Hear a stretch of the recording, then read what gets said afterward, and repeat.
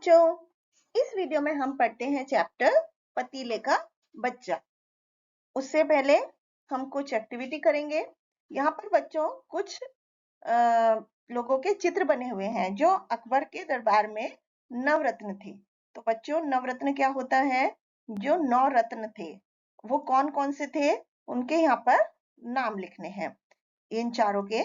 तो पहला है तेनाली रामाकृष्ण, दूसरे हैं सम्राट अशोक, तीसरे हैं बादशाह अकबर और चौथे हैं हर्षवर्धन।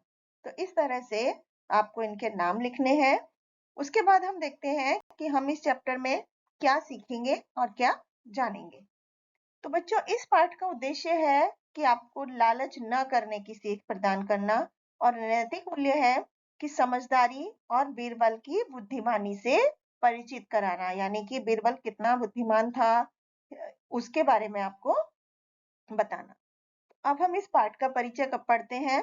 इस पाठ में बताया गया है बच्चों कि लालची व्यक्ति को सबक जरूर सिखाना चाहिए। जो व्यक्ति ज्यादा लालच करता है उसको सबक जरूर सिखाना चाहिए। तो इस पाठ में बीरबल ने अपनी बुद्धिमानी से लालची दुकानदार को सबक सिखाता है। तो बच्चों, आपको पता है बीरबल अपनी चतुरता के लिए बहुत ही ज्यादा प्रसिद्ध है, अपनी बुद्धिमानी के लिए। तो आइए पढ़ते हैं कैसे। एक बार बीरबल से शहर के लोगों ने आकर एक लालची बर्तनों के दुकानदार के बारे में शिकायत की कि वो बहुत ही लालची है और उसे सबक सिखाओ। तो ये सुनकर बीरबल उस दुकानदार के पास गए और वहां से 3 बड़े-बड़े पतीले खरीद लाए। तो कुछ दिन के बाद वो एक बहुत छोटी सी पतीली लेकर लालची दुकानदार के पास पहुंचे और बोले, यह आपके बड़े पतीले ने बच्चा दिया है, कृपया इसे रख लें। तो दुकानदार बहुत खुश हुआ और खुशी खुशी छोटी पतीली ले ली।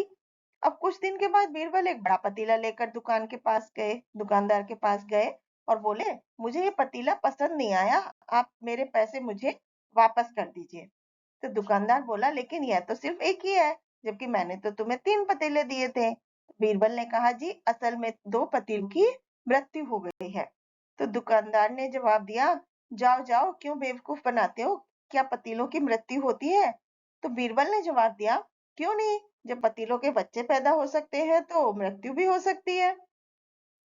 तो दुकानदार को बीरबल के पैसे वापस करने पड़े और इस तरह शेर का सवा शेर मिल गया, यानी कि जैसे को तैसा मिल गया। उसके उससे भी बड़ा सही शब्दों में उसका जवाब मिल गया। तो बीरबल की होशियारी का कोई भी जवाब नहीं है। उसके जैसा बुद्धिमानी से काम करने वाला एकदम हाजिर जवाब पुरुष के किस्से तो आपको बहुत ही कम सुनने को मिलते हैं। जो बीरबल था वो बहुत ही चतुर था, बुद्धिमान था और अपनी चतुराई से वो किसी भी समस्या का समाधान निकाल लेता था।